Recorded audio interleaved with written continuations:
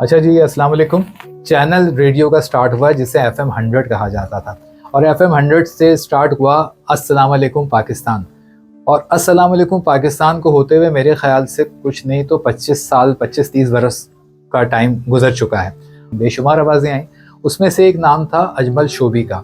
वो पाकिस्तान के काफ़ी मशहूर और किसी तारुफ के मोहताज नहीं है। ये बात अमूमन ऐसी ही कही जाती है, मगर वाकई उनकी शख्सियत ऐसी है। बहुत अच्छे इंसान, हमारे लिए एक एजाज़ की बात है कि हम उनके दोस्तों में भी शुमार किए जाते हैं। तो आज मैं अजमल शोभी साहब के स्टूडियो आया हुआ हूँ और वो जबकि मसरूफ़ थे अपनी रिकॉर्डिंग में, तो मैंने कहा उनसे थोड़ी सी बात करूँ। अस्सलाम वालेकुम। वालेकुम अस्सलाम। कैसे हैं शोभी भाई? मैं बिल्कुल ठीक हूँ। शोभी भाई कहूँगा इसलिए कि आप तो शुरू से यही से आपको पुकारते हैं इसी नाम से। आपकी हो गई। FM 100 पाकिस्तान को तारीख 30 ईयर्स हो चुके हैं और माशाल्लाह अब 31 में एंड हो चुके हैं और 95 से लेकर आज तक ये और मैं हूँ। बिल्कुल। पहली बात तो ये कि मैं माजरत भी करूंगा कि आप अभी मसरूफ थे रिकॉर्डिंग में और मैंने आपसे अभी इस टाइम पे आपसे कहा। हाँ, वो लाइव शो मेरा होता है सैटरडे को, मुलाकात अजमल शोभी के साथ लाइव हो तो मेरा 3 to 4 मैं देख रहा हूँ कि सारा आपका वो रिकॉर्डिंग चल रही है। बिल्कुल सारा सिलसिला भी था, मगर क्योंकि आपसे मिलना भी जरूरी था। ये तो बिल्कुल बहुत जरूरी बात है ना। ये अजमल शोभी, आपको इतना अरसा हुआ और आपने माशाल्लाह पूरी जिंदगी तकरीबन इसी प्रेजेंटर एज ए प्रेजेंटर और जैसे अब आरजे कहा जाता है, ब्रॉडकास्टर कह लें, और आप माशाल्लाह स्टेज पे भी कॉम्पेयरिंग आपकी बड़ी ज़बरदस्त रही है। आपके शोज होते थे और मुझे याद है उसका। तो अब कैसा लगता है 30 बरस गुजारने के बाद एज ए ब्रॉडकास्टर पूरी ज़िंदगी गुजारी, आवाज़ से अपनी मुतासिर करते रहे लोगों को? मुझे पता आज भी तारीख, अगर सही बात है, अगर आप मैं आपको बताना चाहूँ तो मुझे आज भी ऐसा लगता है जब मैं शो करता हूँ तो मैं सोचता हूँ मेरा पहला शो है ये। मैं आज भी ये सोच के करता हूँ क्योंकि रेडियो का अपना एक मज़ा भी अलग है। रेडियो में क्योंकि सिर्फ आवाज़ से हम लोगों मुतासिर कर रहे होते हैं तो लोग शायद इस बात को इतना फील नहीं करते, मगर मैं कहता हूँ कि मैं जब पहला शो करता हूँ ना, शो मेरा होता है तो मैं समझता हूँ पहला शो है। मेरी कोशिश होती है कि इसमें से यार कुछ ना कोई अच्छी गुफ्तगू। और सबसे बड़ी बात ये क्योंकि मैं रेडियो पाकिस्तान से भी करता रहा हूँ। मैं मेरी ज़िंदगी निसार मेमन साहब जब कंट्रोलर थे और रिटायर हो गए, वो तो जब वो प्रोड्यूसर थे उस वक्त से मैं उनके साथ आउटसोर्स प्रोग्राम रेडियो के बेशुमार किए, तो बहुत सारा किया। तलफ़्फ़ुज़ का, अदायगी, ये तमाम चीज़ें वहीं से सीखी मैंने, रेडियो से सीखी सारी, सुन के भी और उनके साथ काम करके भी। तो वो चीज़ें मेरी यहाँ फ़ायदेमंद रही और मैं यहाँ भी अल्लाह का शुक्र है, मैं 30 साल के अरसे में जो रेडियो कर रहा हूँ मैं, तो उस अरसे में मतलब मैंने कहीं अपनी पट्टी को चेंज नहीं किया। मेरा आज भी वही अंदाज़ है, वही सब कुछ है। मैं जब प्रोग्राम करता हूँ तो वही लोगों के तलफ़्फ़ुज़ को भी देख रहा होता हूँ, अपने आप को भी सही करके बोलना मैं सबसे ज़रूरी समझता हूँ कि यार कोई शेर पढ़ रहा हूँ तो उसको पहले समझता हूँ फिर पढ़ता हूँ। तो ये सब चीज़ें एक ब्रॉडकास्टर के लिए बड़ी ज़रूरी चीज़ें हैं, बेसिक है, जो उसको आज भी मैं 30 साल बाद, ये 35 मुझे इस फील्ड में समझने मजबूरी तौर पर देखा जाए तो 37-38 साल हो गए मुझे फील्ड में। मतलब 84 में बिनाका गीतमाला कैसेट आती थी पहले 80s में। जी। तो 84 में मेरा पहला कैसेट जो मार्केट में रिलीज हुआ था, ऑडियो कैसेट बिनाका गीतमाला के नाम से, जिसमें मैंने जो है वो अमीन सैनी स्टाइल में मैं कंपेयरिंग करता था, नमस्ते बहनों भाइयों, आपका भाई आपको दोस्त। तो वो 84 मेरा पहला कमर्शियल कैसेट रिलीज हुआ जो मार्केट में आया था। उस हिसाब से देखा जाए, अच्छा वो उस वक्त आया, उससे पहले से मैं 80s में शो ऑर्गेनाइज भी करता था, शो में कंपेयरिंग भी करता था। जी, बहुत खूबसूरत कंपेयरिंग। 80s से समझो, इस तरह देखा जाए तो मेरा तक मुझे कुछ 40 साल तो हो ही गए, 40-42 साल हो गए इस मजबूरी तौर पर देखा जाए। फिर एज ए जर्नलिस्ट भी अखबारात में काम किया, मैं साथ साथ करता रहता हूँ मैं एज ए जर्नलिस्ट भी, फिर एज ए राइटर भी, फिर ये कि साथ साथ ड्रामों में एक्टिंग भी मैं करता रहता हूँ जैसा मौका वगैरह मिलता रहे। तो मजबूरी तौर पे पूरी फील्ड जो है मेरी, वो रेडियो, टीवी, अखबार, जो मैंने सब में अपना आपको कोशिश की है थोड़ा काम करने की। तो ये मेरा तो जो अगर मैं ये ऐसे पूछूं कि अजमल शोभी ना होता तो क्या होता, मतलब क्या आपको कभी रिग्रेट आती है कभी अंदर से कि नहीं यार ये काम मैंने क्यों किया, या ये कि मैं बहुत मुतमईन दोबारा भी होता तो यही होता? नहीं, मैं आपको बताऊं कि मैं आज भी ये सोचता हूँ कि मैं अगर दोबारा भी होता तो शायद मैं रेडियो ही करता। हालांकि मेरा स्टार्ट रेडियो से नहीं था, मतलब बचपन से मुझे रेडियो का शौक ही नहीं, बचपन से मुझे एक्टिंग का शौक था या सिंगिंग का शौक था, मगर रेडियो एक अचानक मेरी ज़िंदगी में आया। और जब रेडियो पाकिस्तान से प्रोग्राम शुरू किए मैंने, तो यार तेरी आवाज़ बड़ी अच्छी, दोस्त मुझे कहते थे यार तेरी आवाज़ अब अच्छी, तुझे तो यार रेडियो में बोलना चाहिए, यार तेरी आवाज़ बड़ी अच्छी यार, तुझे एक कैसेट करनी चाहिए। जब मैंने बिनाका गीतमाला शुरू किया तो हमारे एक दोस्त, अल्लाह उनकी मग़फ़िरत करे, मोहम्मद सलीम, इंतकाल हो गया बहुत अरसा उनका, उसने मुझे कहा यार शोभी तेरी आवाज़ बड़ी अच्छी है, तुझे यार कैसेट में बोलना चाहिए। कंपेयरिंग करनी चाहिए, तेरी आवाज़ बहुत अच्छी है, तू बोलता बहुत अच्छा है, तेरी अदायगी बहुत अच्छी है। मैंने कहा अच्छा यार, मैंने कहा कैसे होगा? कह रहे कोई मसला नहीं है। तो फिर कुछ कैसेट्स वालों मिले, जाके हुआ बातचीत हुई। तो वो मतलब शुरू में आप यकीन करें, जब मैंने कैसेट बना के उनका मास्टर अपनी आवाज़ के बना कर दिए तो जेब से पैसे देता था उनको, मैं बना के जेब से पैसे दे के मैंने अपनी आवाज़ मार्केट में चली वो। मगर उसके बाद पहले और बड़ी एग्रीमेंट साइन हुए, जब मेरी पैसे कैसेट रिलीज हुई तो एग्रीमेंट साइन हुआ कि अगर ये नहीं चली तो ये जो लॉस हो रहा है ये आप भरोगे। इतने मतलब लाखों कैसेट का तो नहीं भर सकते, मगर इतने 100 या इतने 1000 कैसेट का जो खर्चा है वो रिकॉर्डिंग का ये वो सब आप दोगे। मैंने कहा दूंगा यार, मैं दे दिया। कैसेट रिलीज हो गई, नहीं चली। फिर वो अच्छा वो क्यों नहीं चली? क्यों? फिल्में रिलीज नहीं हुई थी। इंडियन फिल्में जब रिलीज होती गाने पहले आते हैं। तो मैंने उनको कहा यार अपने दिल की तसल्ली के लिए, मैंने कहा यार फिल्में रिलीज होने दो, फिर जो भी होगा कर लें, वो तो लिखा हुआ है ना हमारा, तो क्यों मसला है? मैं मनते सारे बोला कह लेंगे ऐसो भी भाई कोई बात नहीं। तो कहते हैं ये भी देखते हैं, ठीक है चलो ठीक है। इत्तेफाक से अल्लाह का करना, अल्लाह ताला ने आगे बढ़ाना था। फिल्में रिलीज हुई, उसके बाद जो कैसेट चलनी शुरू हुई तो रिकॉर्ड कैसेट बिकी। वो मेरी पहली कैसेट रिकॉर्ड कैसेट बिकी। कहना भाई यार क्या माल ही खत्म हो गया, फिर भी ऑर्डर आ रहा है। मैं माल खत्म हो गया फिर भी, जहाँ देखो इधर W11 में, उधर कैसेट में, उधर से इधर उधर, जहाँ देखो दुनिया भर में वो कैसेट ही जा रही थी उनकी। कह रहे यार अबे शोभी क्या, सब कह रहे यार क्या आवाज़ है यार, ये इंडिया का कौन बंदा, ये कौन है इंडिया का बंदा? क्योंकि वो नाम तो मैं अपने बता नहीं रहा था, उसमें नाम था AS कपूर। ये अजमल शोभी को AS कर दिया था आगे कपूर की, ताकि इंडियन कैसेट हो गया। तो यार ये फॉर्मेट होता है, लोग समझते हैं इंडिया से कैसेट आ रही है। कह रहे यार क्या ज़बरदस्त है यार।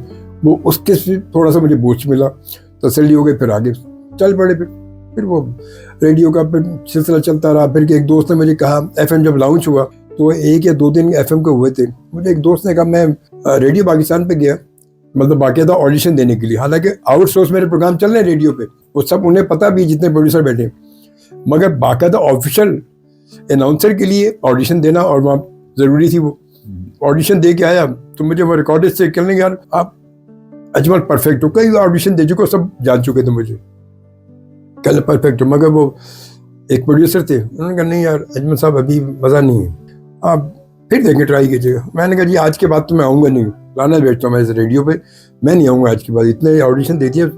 आपके सीनियर जो रिकॉर्डिस्ट हैं वो कह रहे हैं कि कोई आपके तलफ़ुज़ में, अदायगी में कहीं भी कोई गुंजाइश नहीं है कि आपको रिजेक्ट किया जाए। आप भी कह रहे वो बेहतर जानते हैं, हम बेहतर जानते हैं। अच्छा, मैंने कहा मैं आज के बाद आऊँगा नहीं। मैं रिकल पे मेरा दोस्त था, मैं उसके पास आया तो कहने लगा क्या हुआ? मैंने कहा यार वही जो होता है। तो मैंने कहा छोड़ यार, लानत भेजा, आज के बाद तो रेडियो का नाम ही नहीं लेना। अब कह रहा छोड़ उसको रेडियो को। कह रहा है नया रेडियो लॉन्च हुआ, अभी देख चल रहा है, उसने चला के दिखाया FM 100, अभी 2 दिन हुए। वो कह रहा है कि अगर आप में इतनी ताकत, आपकी आवाज़ में इतनी ताकत है, आप अच्छा बोल सकते हैं, लोगों अपनी तरफ खींच सकते हैं, आपकी आवाज़ खींच सकते, तो आइए हमारे पास। अब मैंने कहा यार यहाँ भी वही होगा जो होता है। वो कह रहा है जाना ऑडिशन के लिए। तो मैंने कहा चलो ठीक है। मैं उसने मुझे एड्रेस दिया फैयाज सेंटर का। मैं फैयाज सेंटर गया, देखो तो लाइन लगी बड़ी लंबी, वही तो लड़के लड़कियों की लंबा ऑडिशन। मैंने कहा यार कैसे होगा ये? बहरहाल मैं शौक था ना, वो प्रोफेशन भी, कुछ से काम भी कर रहा, मगर यहाँ भी शौक था, लग गया वो लाइन में। सुबह से शाम हो गई, नंबर ही नहीं आया, सारे बेशुमार लोग चले गए। मैंने कहा यार अब क्या होगा? फिर दूसरे दिन वहाँ जो गार्ड बैठा था कह रहा सर, मैंने कह रही है कैसे लाइन में जल्दी आकर नंबर कैसे आएगा? कोई पर्ची वर्ची? अरे पर्ची वर्ची नहीं, आपको लाइन में लगना पड़ेगा। अरे सर सुबह से लोग आ जाते हैं, सुबह सुबह फजर की नमाज से पहले लोग इन लाइन में लगे होते हैं। मैं दूसरे दिन नमाज से पहले पहुँच गया फैयाज सेंटर में, देखा मुझसे पहले फिर भी 20 लोग बैठे हुए थे वहाँ पर, लड़की लड़की। मैं भी बैठ गया। बहरहाल वो दूसरा दिन था कि शाम 4-5 बजे मेरा नंबर आ गया। आसिफ गदारी साहब, फिर क्या नाम हमारे जावेद साहब, और जितने हमारे हैं MDs हमारे, वो मौजूद थे ऑडिशन के लिए मुझे। कि अब सब कुछ हो गया तो उन्होंने मुझे कहा कि जी आपने जो है वो ऑडिशन के लिए आना है। ऑडिशन के दूसरे दिन ऑडिशन के लिए गया हूँ मैं, ऑडिशन दिया मैंने। पता नहीं कितने ऑडिशन हो चुके थे बकौल हमारे वहाँ जो रिकॉर्डिस्ट जो रिकॉर्ड कर रहा था मेरे ऑडिशन। तो मैं जैसे अभी ऑडिशन दे रहा था तो आसिफ गजाली साहब और दूसरे तमाम, जावेद पाशा, मोहम्मदी पाशा, तमाम लोग, पीरज़ादा साहब, सब उठ के आ गए स्टूडियो में। तो गजाली साहब ने कहा यार आप यूँ करें, जो मेरे साथ रिकॉर्डिस्ट था, कि खालिद आप यूँ करें कि शोभी साहब का प्रोग्राम पूरा रिकॉर्ड करें, ऑडिशन नहीं करें, एक प्रोग्राम 1 घंटे का रिकॉर्ड करें जिस मूड में ये चाहें। तो मैंने कहा सर छोड़ दें सर, आप लोगों ने जवाब वही देना है कि जो आम जवाब मिलता है कि जी फिर ट्राई कीजिएगा, तो मैं क्यों 1 घंटा ख्वार करूँ यहाँ पर। मैंने मतलब MDS के सामने ये मैंने बात बोली, वहाँ पर बहुत बहस रही, कह लेंगे ये हुआ फलाना गजाली साहब से, तो वो चले गए, कह रहे अच्छा ठीक है आपकी मर्जी है, अगर आपने देना हो तो दे दीजिएगा, नहीं देना हो तो आपकी मर्जी है। जब वो चले गए तो मुझे इंजीनियर ने बोला, कह रहा है शोभी साहब आपको एक बात बताऊँ मैं, आप वाहिद आदमी जिसके लिए सारे उठ के आ गए, इतने सारे ऑडिशन में आपने किसी के लिए उठ के नहीं आएंगे, अब पता नहीं आपकी आवाज़ में कुछ जान है, मुझे भी लग रहा है कुछ है आपकी आवाज़ में। कह रहे यार, उसने मुझे थोड़ी बात लगा भाई यार शोभी भाई आप, मैं आपको भाई समझ रहा हूँ और दोस्त समझ कह रहा हूँ कि आप दे दो यार। अच्छा मैंने गज़ल का प्रोग्राम रिकॉर्ड करा दिया 1 घंटे का। अल्लाह का करना ऐसा हुआ कि वहाँ भी अल्लाह ने कि वो उसी दिन रात को 12 से 1 बजे गज़ल का प्रोग्राम ऑन एयर हो गया मेरा। मुझे नहीं पता, ऑडिशन मेरा जो था वो हो गया, लोगों के फ़ोन आ रहे घर पे, जब वो मोबाइल तो आई नहीं थे, PTSL थे, कि वो घर पे भाई अबे FM ज्वाइन के लिए तूने बताया नहीं, FM ज्वाइन के तो बताया नहीं। मैंने कहा ऑडिशन देख रहा, अबे नहीं तेरी आवाज़ चल रही थी। मैंने कहा नहीं यार झूठ ऐसे वो। बहरहाल वो अल्लाह का शुक्र, उसके बाद से जो है वो फ़ोन आएंगे जी, आज तक फ़ोन आ रहे हैं। फ़ोन वो ऑन एयर गया वो, और ऑन एयर के रात ही को फ़ोन आया। अच्छा अजमल भाई, मतलब ये बचपन कैसा गुजरा, बचपन लड़कपन जो मतलब मेरा था उस वक्त था ऐसा कि मैं ज़्यादा जो है वो पढ़ाकू टाइप का ज़्यादा था, मैं पढ़ता ज़्यादा था, मगर शौक मेरा यही होता था जब मैं स्कूल जाता था, स्कूल जाने के पहले अगर टाइम है, अम्मी जब तक खाना बना रही हैं कुछ कर रही तो वो रेडियो में गाना चला तो उस पर एक्टिंग शुरू करती, अम्मी कहती छोड़ अभी स्कूल जा रहा है, छोड़ अभी नाश्ता करो खाना खाओ। मतलब बचपन में कभी ऐसा होता था कि क्योंकि ज़माने में तो टीवी भी बहुत बाद में आया था, रेडियो ही होता था, तो रेडियो सुनने का होता था कि रेडियो सुने गाने सुने, ऐसा था घर में इतना बड़ा रेडियो होता था, मैं बता रहा हूँ रेडियो सुन के ही मैं गानों पे एक्टिंग कर रहा होता था। सही गानों उस वक्त ऐसा नहीं था कि मैंने रेडियो पे इस तरह नहीं वो तो पता ही नहीं था ना, वो तो मतलब रेडियो का भी अचानक हुआ मेरा ये कि जब मैं थोड़ा कैसेट वैसेट मेरी चलती रही, कैसेट में मेरी ऑडियो बिना का गीत मेरी हज़ारों कैसेट मार्केट में, हज़ारों कैसेट आई, वो चलते चलते अचानक फिर वो कहने लगे दोस्त यार, कहने लगे यार तू रेडियो पे क्यों ट्राई करता है यार, तो इस तरह रेडियो की तरफ मैं आया हूँ, चलो ट्राई करते हैं। मगर वो बात है कि अल्लाह की कहते हैं, अल्लाह के राज अल्लाह ही जानते हैं कि अल्लाह ताला ने मेरी पहचान यहाँ से देनी थी, मतलब मैं शोभी जो बनाऊँ वो FM 100 ने मुझे शोभी बनाया। सही और अगर FM 100 ना होता तो शायद मैं शोभी ना होता, अजमल ही था मैं। मगर एक बात और मुझे बड़ी हैरान करती है कि अक्सर मैं देखता हूँ या मैंने देखा है और अक्सर ये बात भी मुशाहिदे में आती है कि इंसान जब अपना कहीं स्टार्ट करता है तो 30 बरस का अरसा किसी एक ही जगह पे लगा देना ये बहुत बड़ा काम होता है, मतलब मुश्किल भी काम है। तो आपने शुरू से आज तक FM 100 ही चल रहा है। मुझे बहुत सारी ऑफर के दरमियान में रही, जब कोई नए चैनल आए मुझे बुलाया कि यार शोभी साहब आ जाएं, मैं गया भी हूँ, मिला भी हूँ, मगर मैं पता नहीं क्यों मेरा दिल नहीं चाहा कभी भी बहुत यहीं से आप, हालांकि मुझे इससे ज्यादा ऑफर्स भी मिलती, इससे ज्यादा कहीं ज्यादा ऑफर्स मिलती नहीं मुझे, मगर मैंने कहा यार मेरा दिल नहीं, मैं कहीं जाऊंगा ना तो क्या होगा कि शोभी साहब ने कल ज्वाइन किया है, सही ये जिंदगी लगा दी है, तो मैं अब कहीं अब 30 साल 20 साल लगा के अगर मैं कहीं और जाता हूँ तो कहेंगे यार शोभी साहब कल से आए यार, वहाँ जो बंदा पहले होगा चाहे उसने 1 महीने पहले ज्वाइन किया, मैं उसका जूनियर कहलाऊंगा। मैंने कहा ये मैं सुन नहीं सकता। एक सवाल मेरे जहन में आ रहा था कि हमारे यहाँ माशरे में, जिस माशरे में हम रहते हैं वहाँ पे अमूमन देखा गया है कि आर्टिस्ट हो या फनून लतीफ़ा से जिसका भी ताल्लुक होता है उसको लोग काम ही नहीं समझते, मतलब माशरा उसको एज ए प्रोफेशन नहीं समझते, वो कहते हैं यार आप काम क्या कर रहे हैं, ये होता आपसे है, बोलते हैं कि भाई आप कहते हैं जी मैं तो ये प्रेजेंटर हूँ या RJ हूँ, कहना हाँ वो तो सब सही है, आप करते क्या हैं। तो कभी ऐसा कोई ऐसी फील आया कोई आपको कि यार ये क्या है, क्यों ये इस तरह की? हाँ लोग कहते हैं, मगर मैं इसके साथ साथ मैंने बहुत सारे काम रहे, मैं अखबारात से ज्वाइन रहा, मैंने एक्सप्रेस में रहा हूँ, मैं जहाँ भी रहा हूँ, मैं मतलब रेडियो मेरा साथ साथ रहा है। हाँ। रेडियो मेरा एक समय मतलब पार्ट टाइम मेरी जॉब रही है, मगर रेडियो को मैंने अपना पूरा वक्त दिया। मेरा मामूल तारीखी रहा हमेशा से, मेरा प्रोग्राम अगर 12 बजे शुरू हो रहा है तो मैं 1 घंटा पहले हमेशा से यहाँ मौजूद रहा हूँ, हमेशा से, ये मेरा 30 साल से मामूल है। मेरा प्रोग्राम रात को 1 बजे शुरू होता है, मैं रात को 12 बजे 11:30 बजे यहाँ मौजूद होता हूँ।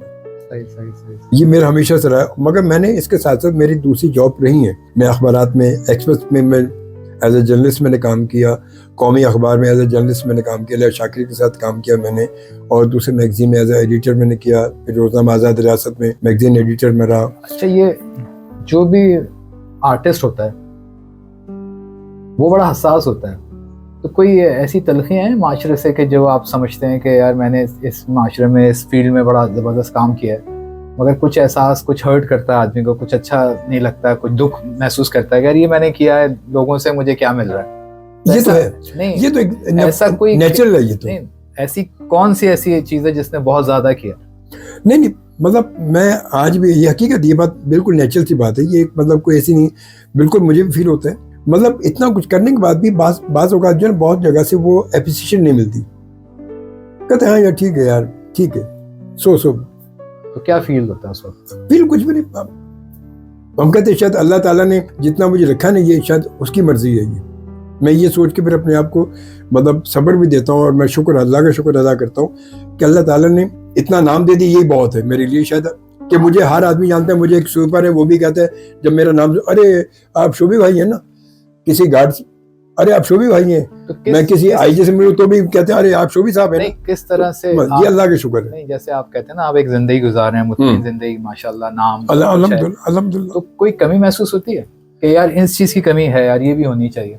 नहीं, मैं जो है मैं इस पे बड़ा शाकिर हूँ, अल्लाह का अल्हम्दुलिल्लाह। तो आप क्या कहेंगे, जैसे अगर कोई आपको, बहुत सारे सुनने वाले बच्चे हैं जो आज सुन रहे हैं आपको, उनको शौक होता है, कहते हैं हम भी अजमल शोभी की तरह हम भी कुछ बने, तो उनको आप क्या एडवाइस करते हैं कि ये फील्ड ऐसी है कि आप उस पर आना चाहिए, उस पर काम करना चाहिए? बिल्कुल आए, मगर उसके साथ साथ आप इसको अपनी फुल टाइम जॉब समझ कर ना आए ना, ये फुल टाइम जॉब नहीं है आपकी, और इसके साथ साथ आपको कुछ ना कुछ करना ज़रूर है। और फिर इसमें, इस फील्ड पे, रेडियो पर या टीवी पर आप आए, इसको समझें, ज़रूरी समझना है, क्योंकि रेडियो पर आ रहे हैं, तमाम जितनी हमारी शोबिज़ की फील्ड है उसका बेसिक जो है ना, वो अली बे का कायदा जैसे हम कहते हैं ना, नर्सरी, तो हमारी नर्सरी रेडियो है। यहाँ आप आएंगे तो आपको हर चीज़ को समझना भी है और समझ कर आना भी है, क्योंकि यहाँ आप अपनी आवाज़ से लोगों को मुतासिर करते हैं, हम अपनी आवाज़ से लोगों को रुला भी देते हैं, हम अपनी आवाज़ से लोगों को हंसा भी देते हैं।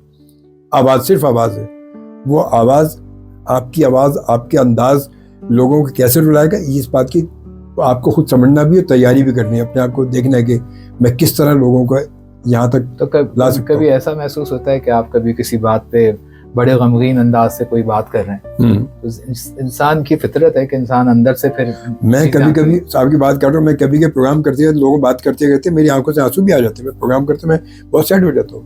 उसमें क्या अपनी बातें याद आ जाती हैं? अपनी बातें भी, लोगों की बातें भी, जब लोगों की बात सुनते हैं तो अपनी बातें आ जाती है। जब कोई अपनी, आमतौर पे जैसे अम्मी के हवाले से कभी कोई अपनी माँ के बारे में बात करते हैं, मेरी अम्मी का इंतकाल हो गया, वो अम्मी, तो मुझे अपनी माँ याद आती है, तो मैं ऑन एयर बात कर रहा हूँ तो मैं म्यूजिक बंद करता हूँ, तो फिर मैं माँ के ऊपर बात शुरू करता हूँ, फिर लाजिम मैं साइड हो जाता हूँ, लोग भी साइड हो जाते हैं। और लोग, अल्लाह का शुक्र है तारिक, ये मुझे अल्लाह ताला ने बड़ा करम किया मुझ पर कि मुझे सुनने वाले भी ऐसे दिए कि मैं अगर साइड होता हूँ, लोग सारे मेरे साथ साइड होते हैं। वो ये नहीं कहते शोभे की कि आप हमको आपके साथ साइड होने थोड़ा बैठे हुए, हमें तो एंटरटेनमेंट करना। वो कहते नहीं शोभे साहब, आप जो कह रहे हैं, हम भी आपकी फैमिली, आप हम में से हैं, आप साइड है तो हम भी साइड हैं।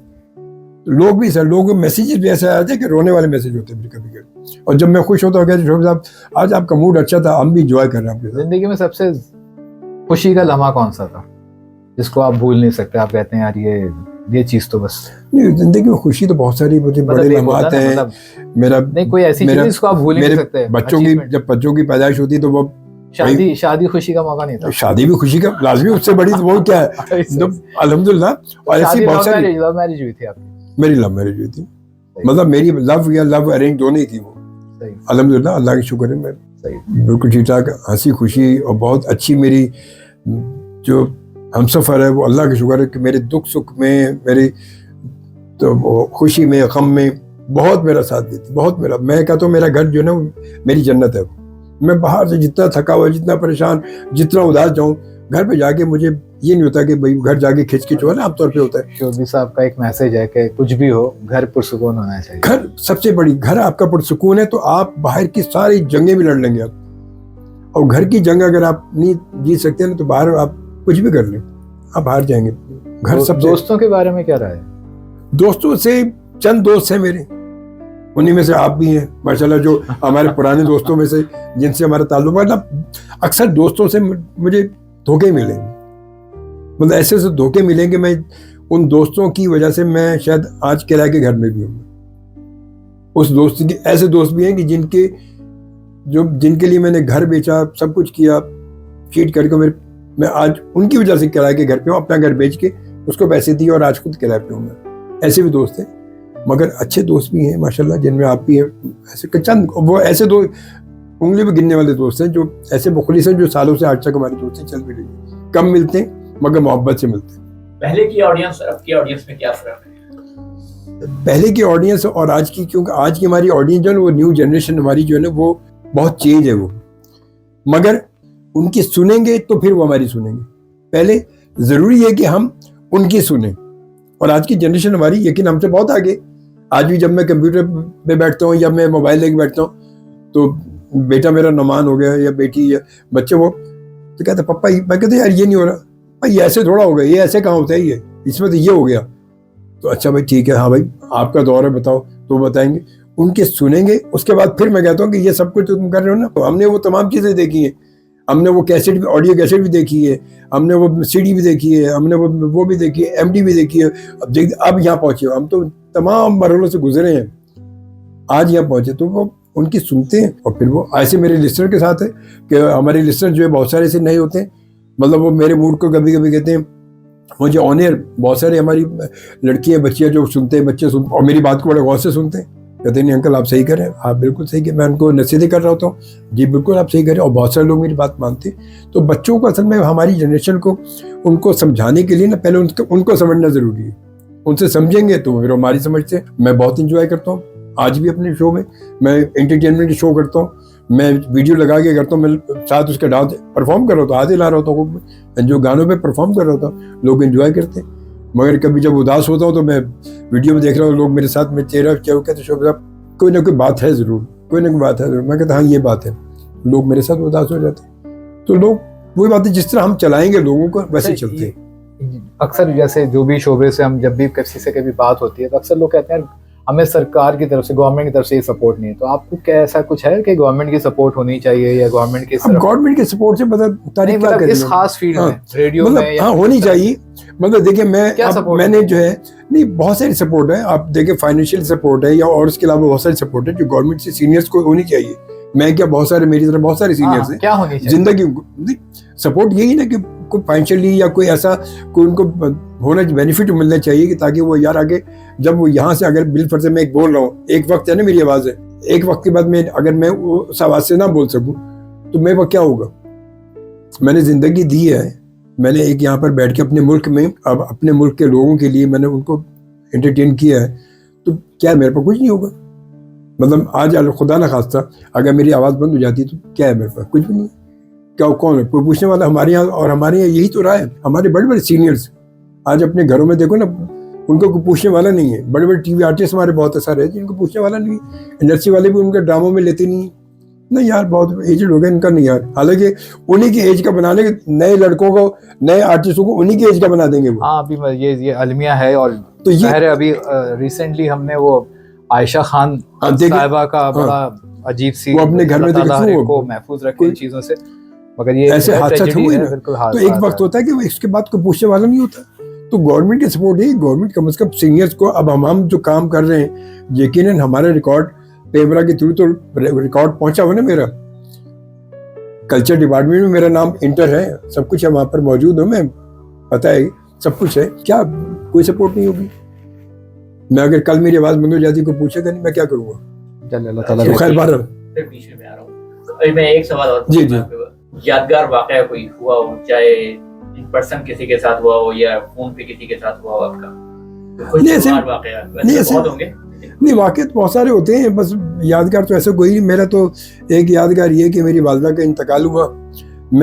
वालदा मेरी हॉस्पिटलाइज थी, मैं यहाँ प्रोग्राम कर रहा था तो मुझे फ़ोन आया बेगम का कि वो ऐसे बस प्रोग्राम छोड़ के आधा छोड़ के भाग गया। मैं गेस्ट ने आना तो मुझे जहन आई कि मुझे गेस्ट ने भी आना है। पीछे शब बारात या कोई ऐसा प्रोग्राम था, शब बारात का प्रोग्राम था, चला गया। उधर गया मैं, वालदा को मैंने जैसे वालदा पर गया हूँ हॉस्पिटल में, वालदा को मैंने ऐसे हाथ में लिया और मेरी वालदा का इंतकाल हो गया, उन्होंने डेथ हो गई। तो ये इससे बड़ा तो है नहीं। या फिर जब मेरे वालिद का इंतकाल हुआ, ये दो ऐसे हैं कि जिनको तो मैं शायद भुला ही नहीं सकता। बाकी तो ऐसे बहुत सारे हैं कि लोग मैं ये प्रोग्राम करता रहा हूँ। कोई ऐसा वाकया नहीं जैसे आपके पास एक कॉल आई हो किसी की? मैं ऐसी भी है, नहीं, ऐसा भी है। जिस पे आप बेतहाशा हंसे हो और उसके बाद आप जब भी सोचते हो उस पे हंसी आ जाती है? नहीं, मैं उसके अलावा मैं बताऊँ, बहुत शुरू की बात है कि मेरे पास जब हम लाइव कॉल का हमारा सिलसिला शुरू से चल रहा है कि मुझे अक्सर जो है मतलब कॉल आती थी, तो हमारे लाइव कॉल का सिलसिला रहा तो एक लड़की की कॉल हमारे आती रेगुलर आती थी, लड़की भी, उनकी वालदा भी, बहन भी।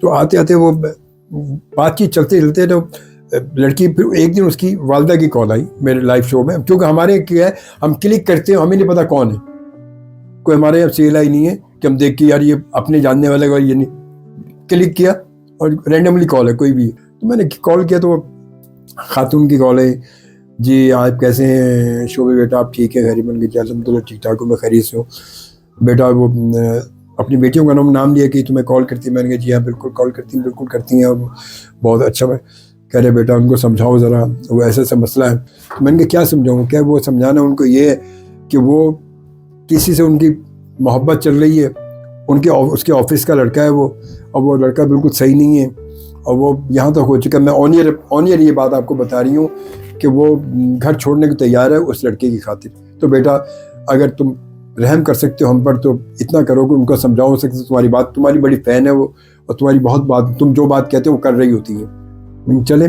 मैं कोशिश करूँगा।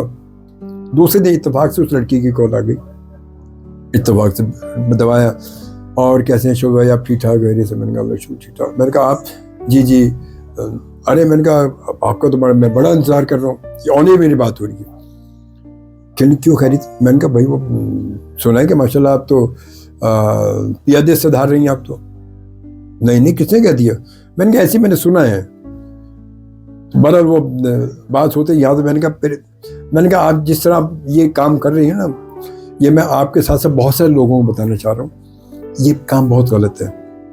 आप मुझे अपना भाई समझो या अपना बड़ा समझो, जो भी समझो मुझे, तो मेरी बात को ये जहन में रखना कॉल बंद करने के बाद कि आप ये बहुत गलत कर रही हो। देखो वो जो भी है, जितनी भी वो मोहब्बत करता है, माँ बाप से ज़्यादा नहीं करता होगा, और आपके वालिद भी, उनके वालिद भी नहीं थे, और वालिद भी नहीं है। और आपकी वालदा से मेरी बात हुई, वो रो रही थी, और आप अपने घर की एक उसकी छोटी बहन, एक वो, और माँ, वो कमाने वाली, घर को चलाने वाली लड़की। तो मैंने कहा ऐसे, मैंने को बहुत यूँ समझ लें मेरे को 15-16 मिनट की कॉल हो गई मेरी। मैंने समझाया उसको, और यकीन करें उसके बाद उसने कहा जी चले, मैं शोभे भाई मैं बिल्कुल आपको अपना भाई समझती हूँ। मैंने कहा भाई समझती हो ना, तो फिर ये भाई समझ के आप समझ लो मैं आपका बड़ा भाई हूँ, मेरी बात तो गौर करना। अगर समझ में नहीं है तो बिल्कुल मुझे मना करते हैं, कल मुझे कॉल करके, मैं आपकी बातें अमल नहीं कर सकती। मैंने कहा मुझे बुरा नहीं लगेगा, क्योंकि मैंने समझाना मेरा काम है सिर्फ, भाई समझ के। आप यकीन करें 3 दिन गुजर गए, कोई कॉल नहीं। 4 दिन, 1 हफ्ते बाद कॉल आई उनकी वालदा की, और मुझे दुआएं, जैसे रैंडम कॉल आई, तुमका शोभे बेटा अल्लाह आपको सलामत रखे, खुश रहे, आपने तो मेरे बेटे से भी बढ़ के हक अदा कर। मैंने कहा क्या खैरियत हुआ? कह रहे वो आपने उसको समझाया था ना, बेटी का नाम लिया, वो भाई उससे तो सब कुछ छोड़ छाड़, उससे तो उस लड़के को जो सुनाई है और वो किया, फलाना किया, वो बिल्कुल अल्लाह आपको सलामत रखे, आपने हमारी इज़्ज़त को बचा लिया, हमारे ख़ानदान की इज़्ज़त को बचा लिया। और उससे कहा कि नहीं, शोभे भाई ने कहा तो मैं नहीं कर सकती, उन्होंने कुछ सोच के कहा मुझे ये, और उससे अमल कर लिया, और अल्लाह सलामत रखे। और जहाँ मैं उसकी बात करना, अपने ख़ानदान में जहाँ हम बात करना चाह रहे थे, वहाँ उस बात पे एग्री हो गई, और उसकी हमने जब वो बात भी तय कर दी। तो ये ऐसे बहुत सारे वाक़यात रहे, हकीकत है बहुत सारे वाक़यात। और यकीन करो कि ऐसे वाक़यात, मैं एक दफ़ा एक और वाक़या छोटा मुख्तसर था, मैं प्रोग्राम कर रहा हूँ, प्रोग्राम करते करते मैं, मेरी आदत है, मैं जब कर रहा हूँ तो मैं कहता हूँ आज अच्छा आप यार आप उदास क्यों बैठे हुए? आप, अरे आप बड़े हंस रहे यार, खैरियत तो आज, मतलब मैं खुद ही बोल रहा हूँ, जैसे मेरे सामने लोग बैठे, अरे आप मुँह लटका के क्यों बैठे यार? तो मैंने ऐसे कि मैंने कहा आप मुझे रोती हुई लग रही हैं, आप रो क्यों रही हो भाई आप? ऐसे मैंने जुमला बोला, और मैं, बहुत बुरी बात है, रोना चाहिए, दुख तकलीफ ज़िंदगी का हिस्सा है। और फिर अगर खुदा न खास्ता अगर कोई चला गया है तो वो देखिए, अब ये तो निज़ामी कुदरत है, हो सकता है कल मैं नहीं हूँ, आप मेरी आवाज़ को कह रहे हो यार देखो शोभे साहब कैसे बोलते थे। तो मैंने ये बोला और वो हो गया। ये उन दिनों की बात है जब खतूत आते थे हमारे पास। उसके कुछ दिन बाद मेरे पास ख़त आया, इतना बड़ा ख़त था लिखा हुआ। उस ख़त में एक लड़की ने लिखा, शोभे भाई जब मेरे अब्बू का इंतकाल हुआ, 1 हफ्ता हुआ था, और मैं अब्बू के बेड पे बैठी हुई थी, और सिरहाने की तरफ मुंह करके मैं अब्बू सोच के कि अब्बू यहाँ अब्बू लेटते थे, और मैं और रेडियो मैंने ऑन किया होता, एक हफ्ते बाद रेडियो ऑन किया तो उसी दिन उसने ऑन किया, मेरा प्रोग्राम चल रही थी रात को। कह रही मैं सुनने, मेरी आंखों से आंसू बह रहे थे। अचानक आपका जैसे वो जुमला हुआ कि आप रो क्यों रही हो, मुझे ऐसे लगा जैसे आपने मेरे शोल्डर पे हाथ रख के मुझे कोई कह रहा है कि मुझे तसल्ली दे, रो क्यों रही हो। मैं ऐसा पलट के देखा चौकी में, वो कह रहे आपकी सारी बातों से मुझे इतनी तसल्ली मिली जैसे मेरा कोई है। मैंने फौरन जाके अम्मी को बताया, और अम्मी भी वो इतनी वो हो गई, दुआएं देने लगी। है शोभी को कैसे पता चला कि तुम रो रही हो यहाँ पर। तो वो ऐसे बहुत सारी दुआएं, और लोगों की बड़ी दुआएं, मुझे अल्लाह का शुक्र है मैं बड़े बड़े हादसा से गुजरा हूँ। मेरी ज़बान कटी, मेरी ज़बान में 6 टाँके आए हुए, मेरी ज़बान कट गई थी 2021 में प्रोग्राम करके, मैं इफ्तार ट्रांसमिशन करके जा रहा था, ऐसे कट के लटक गई थी मेरी ज़बान आधी बाहर।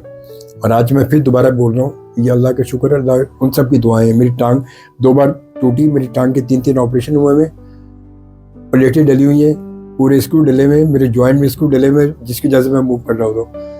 उसके बावजूद अल्लाह का शुक्र मैं चल रहा हूँ, ये अल्लाह का शुक्र, सबकी दुआएं हैं। तो ये सब लोगों की दुआएं, अल्लाह का शुक्र। आज तक मैंने कभी किसी ने मुझे बद्दुआ नहीं दी होगी, ये मुझे पक्का यकीन है। किसी बेशुमार लोगों की दुआएं मेरे साथ, बेशुमार। मैं घर पे पढ़ा रहा हूँ, मैं जब मेरे हादसा रहे, मैं प्रोग्राम सुनता था, लोग आके पता नहीं क्या क्या दुआएं, फेसबुक पे क्या क्या लोग दुआएं देते थे। जो भी साहब आप अल्लाह आपको सलामत रखे, आपको कुछ नहीं हो सकता, आप फिर वापस आएंगे। जबकि मैं ऐसा सोचता था कि शायद मैं नहीं कर सकूँ, बोल नहीं सकूँगा दोबारा। मैं तो 6-8 महीने से मुँह बंद करके सिर्फ इशारों में बात करता था। मैं टाँके ज़बान पर टाँके लगे, फिर वो खोलने के लिए खा नहीं सकता था, 6 महीने खाए नहीं, मैंने सिर्फ लिक्विड ऐसे खाता था, अलग से ज़बान से जीवित रहता था। तो ये अल्लाह का बड़ा करम है। तो ऐसे बहुत सारे वाक़े थे ज़िंदगी भर। ज़िंदगी जिंदा दिली का नाम है, कहते हैं मुर्दा दिल के खाक जीते, वो पहले ही मर जाते हैं। वो तो मर, आपने कहाँ से कहाँ रुख मोड़ दिया। आपने कहा कि जो नए लोग हैं आज में आना चाह रहे हैं तो वो अपने आप को तैयार करके आए। बिल्कुल बिल्कुल। कैसे तैयार करें? वैसे तो खैर मैं बड़ा, जो आजकल उर्दू का हशर नशर हो रहा है, मुझे तो बड़ी आग लगती है, लेकिन आप अपने हिसाब से बताएं कि एफएम में आने के लिए, या इवन ये कि अब तो इंटरनेट पे लोग अपना शुरू कर रहे होते हैं, उसमें भी ऑडियो आवाज नहीं है तो कुछ भी वीडियो नहीं है।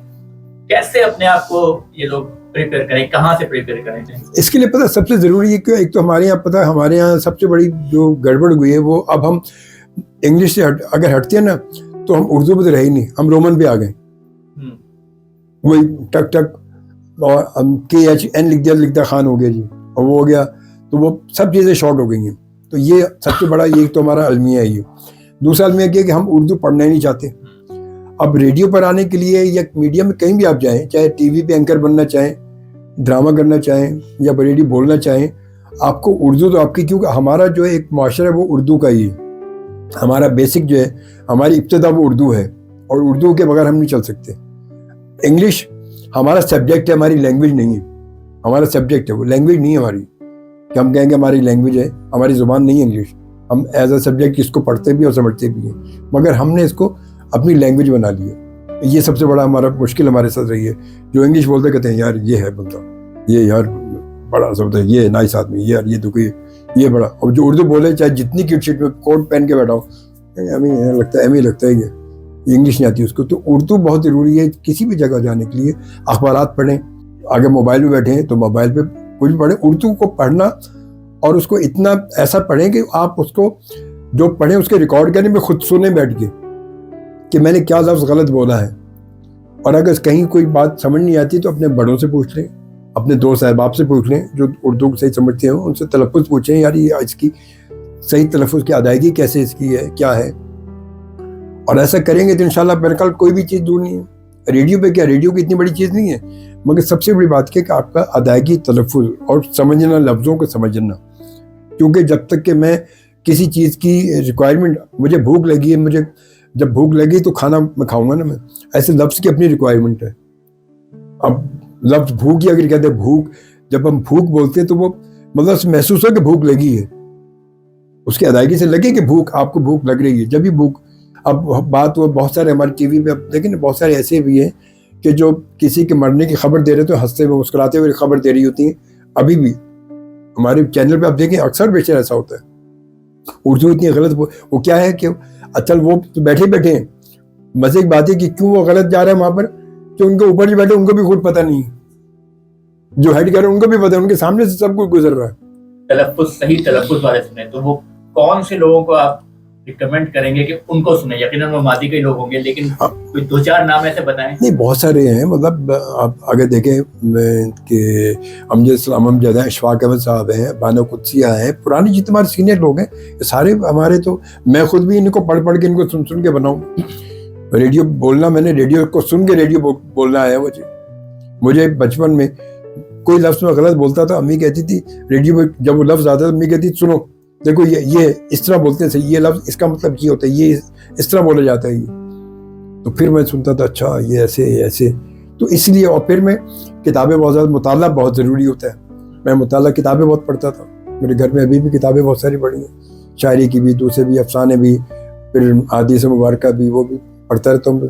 क्योंकि जब तक मैं उनको करूँगा नहीं, पढ़ूंगा नहीं, समझूंगा नहीं, मैं यहाँ बोलूँगा क्या? मेरे पास ये मैटर कुछ भी नहीं होता, कोई भी मेरे सामने, मगर मैं वो सब कुछ मेरे बात से बात निकलती, मैं बड़े बड़े किस्से बयान कर देता हूँ बैठ के, क्यों सारे मेरे पढ़ा हुआ है। और हमारे बड़े कहते हैं जो चीज़ आप पढ़ोगे ना, वो आपके जहन में अल्लाह ताला ने कुदरत ऐसा दिया कि जब पढ़ोगे ना उसको और लिखोगे तो वो और मतलब ऑटोमेटिकली आपके जहन में कॉपी होता जाएगा, वो स्कैन हो जाएगा। वो बचपन में इम्तहान होता था, मम्मी कहती थी, अब्बू कहते थे, बेटा जो पढ़े उसको लिखते जाओ साथ साथ।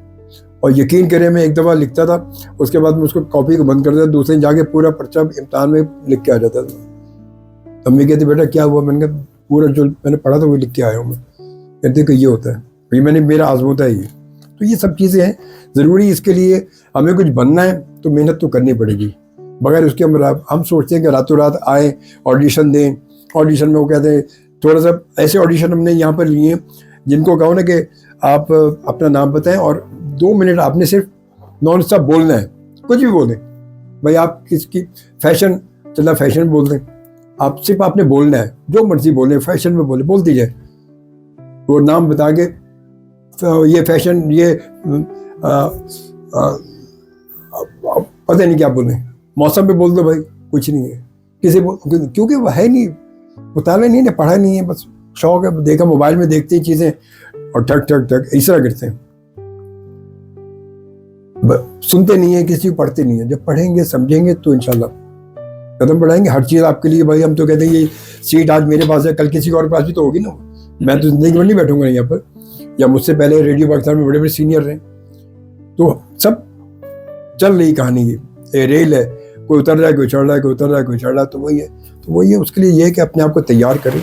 और हम चाहते हैं कि हम आपके साथ एक छोटी सी शाम आपकी पज़ीराई में, आपके काम के हिसाब से, इस काबिल तो नहीं हूँ मैं, नहीं शाम बिल्कुल आप इस काबिल हैं। क्योंकि हमारे यहाँ तो शामें मुर्दा लोगों में मनाई जाती हैं, जिंदा को तो कोई अप्रिशिएट करते ही नहीं है। जिंदा को कहते मर गया तो उसके बाद ओ भाई बस। अजमल भाई यही चीज़ सोच के ना, जो हमने देखा, ऐसा मैं नहीं कह रहा कि हर जगह ऐसा ही हो रहा है, मगर मैंने अपने तौर पे देखा है कि इस चीज़ की कमी है कि लोग जब गुजर जाते हैं तो उनको हम ट्रिब्यूट दे रहे होते हैं।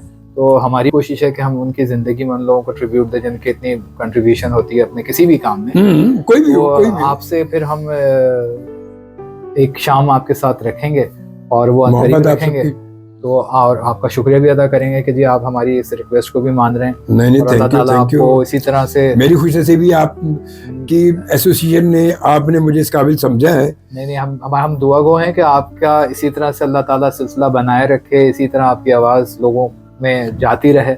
वरना हमारे यहाँ तो सिलसिला देखें ना कि अब जो अवार्ड, जो सालाना अवार्ड दिए जाते हैं गवर्नमेंट की तरफ से, वो अवार्ड क्या है? वो सिविल उनको लोगों को, क्या मैं 30 साल, मुझे 40 साल फील्ड में हो गए, वो जब मैंने इस बात के लिए पूछा, कहा कि ये अवार्ड क्यों करे जी, अब इसके लिए कोई बड़ी शख्सियात कोई आपको रिकमेंड करेंगी, फिर नाम जाएगा तो फिर वो अवार्ड वो मिलेगा जी, फलाना अवार्ड हिलाल इम्तियाज़ और फलाना इम्तियाज़ जब मिलेगा, जब कोई और बड़ा इम्तियाज़ आपको आगे भेजेगा। तो अब किसी बड़े, तो हमारे ये बड़ा है कि हम अब आप सब कुछ करने के बावजूद भी तो बेकार है, कोई नहीं, कोई आपको रिकमेंड करने वाला कोई नहीं है। रिकमेंड वही करेगा, मेरे ताल्लुकात कहीं किसी के साथ हैं तो वो मुझे रिकमेंड कर देगा, ताल्लुकात नहीं है तो मैं जाके रिक्वेस्ट करूँ, किसी के पाँव पड़ूँ, किसी को हाथ बांधूँ कि सर कुछ करें तो शायद कोई कर दे, वरना ऐसा कोई, जानते सब जानते हैं मुझे। अल्लाह का शुक्र है कि जितने सियासी लोग हैं वो भी मुझे जानते हैं, मुझे सुनते नहीं, गैर सियासी भी जानते हैं, बड़े सियासतदान सब जानते हैं मुझे, मगर रिकमेंड करने वाला कोई नहीं, कोई ये वो बोलने वाला नहीं कि यार इस बंदे को भी ये होना चाहिए। इसने ज़िंदगी गुजार दी, इसको कोई नहीं है। कहता आवाज़ के बड़े फ़ैन हैं, बस दैट्स ऑल, और फुल स्टॉप लगा देते हैं। जितने भी सामीन हमारे वहाँ बैठे होंगे सुनने वाले, आपके मोहब्बत करने वाले लोग आएंगे वहाँ आपको सुनने के लिए, तो उनसे फिर हम उनसे गुफ्तगू होगी, आप वहाँ पे अपनी चीज़ें बताएंगे अपनी सारी। ज़रूर इंशाल्लाह इंशाल्लाह। फिर हमारा आपसे मैं आपका शुक्रगुजार हूँ, बड़ा अच्छा लगा आपसे, मैं बहुत शुक्रगुजार हूँ आपका, आपने इस काबिल समझा, आप आए। आप हैं इस काबिल सर, आप हैं इस काबिल। Thank you sir, thank you thank you thank you thank you. Okay sir.